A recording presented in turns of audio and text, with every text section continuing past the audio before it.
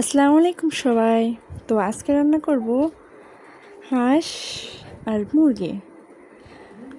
মেহমান আসছে বাসায়, তো চালের পিঠা বানাবো, ঢেঁড়স ভাজি আর হলো মুরগি আর হাঁস। তো এখানে আম্মা মুরগি জবাই দিচ্ছেন।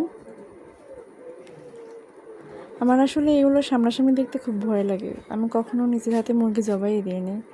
তো এই তো আম্মা মুরগি কাটতেছে।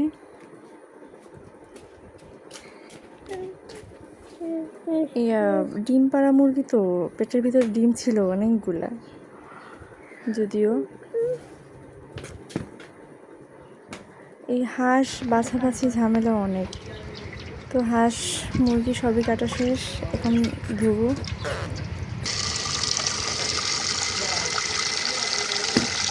তো ধুয়ে নিচ্ছে। এখানে হাঁস বাছতে অনেক ঝামেলা, লোম পরিষ্কার করা অনেক ঝামেলার।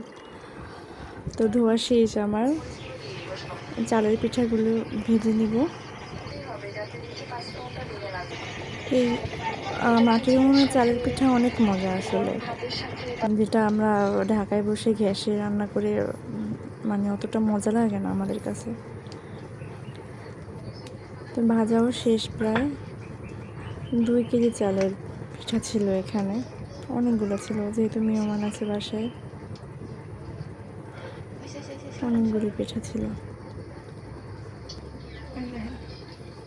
এই তো এটা ভাজা শেষ আমার। এখানে মুরগির মাংস রান্না হচ্ছে। আসলে মুরগির মাংস প্রায় রান্না হয়, প্রায় বলতে প্রতিদিনই, কারণ বাচ্চারা এটা খেতে পছন্দ করে, এর জন্য এটা বেশি রান্না হয়। তো এই তো মুরগির ঝোলটা দেওয়া হয়ে গেছে। এখন আমি হাঁসের মাংসটা কষিয়ে নেব।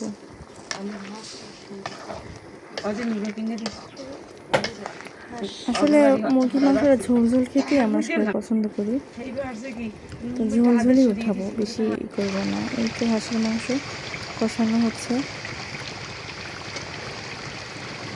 এখন একটা সিজন যে এতে হাঁসের বেশি মাংস হয় না যদিও, আর যদি হয় ডিমের হাঁস তাহলে তো কথাই নেই।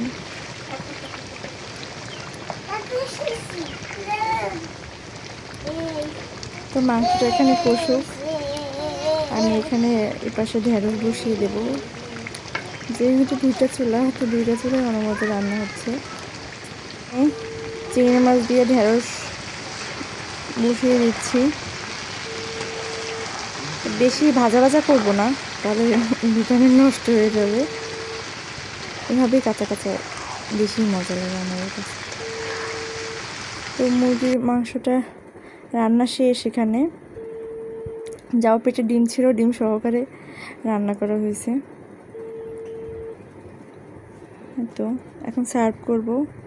এখানে হাঁসের মাংস, এই হাঁসের মাংস দিয়ে পিঠা খাবে, চালের রুটি পিঠা।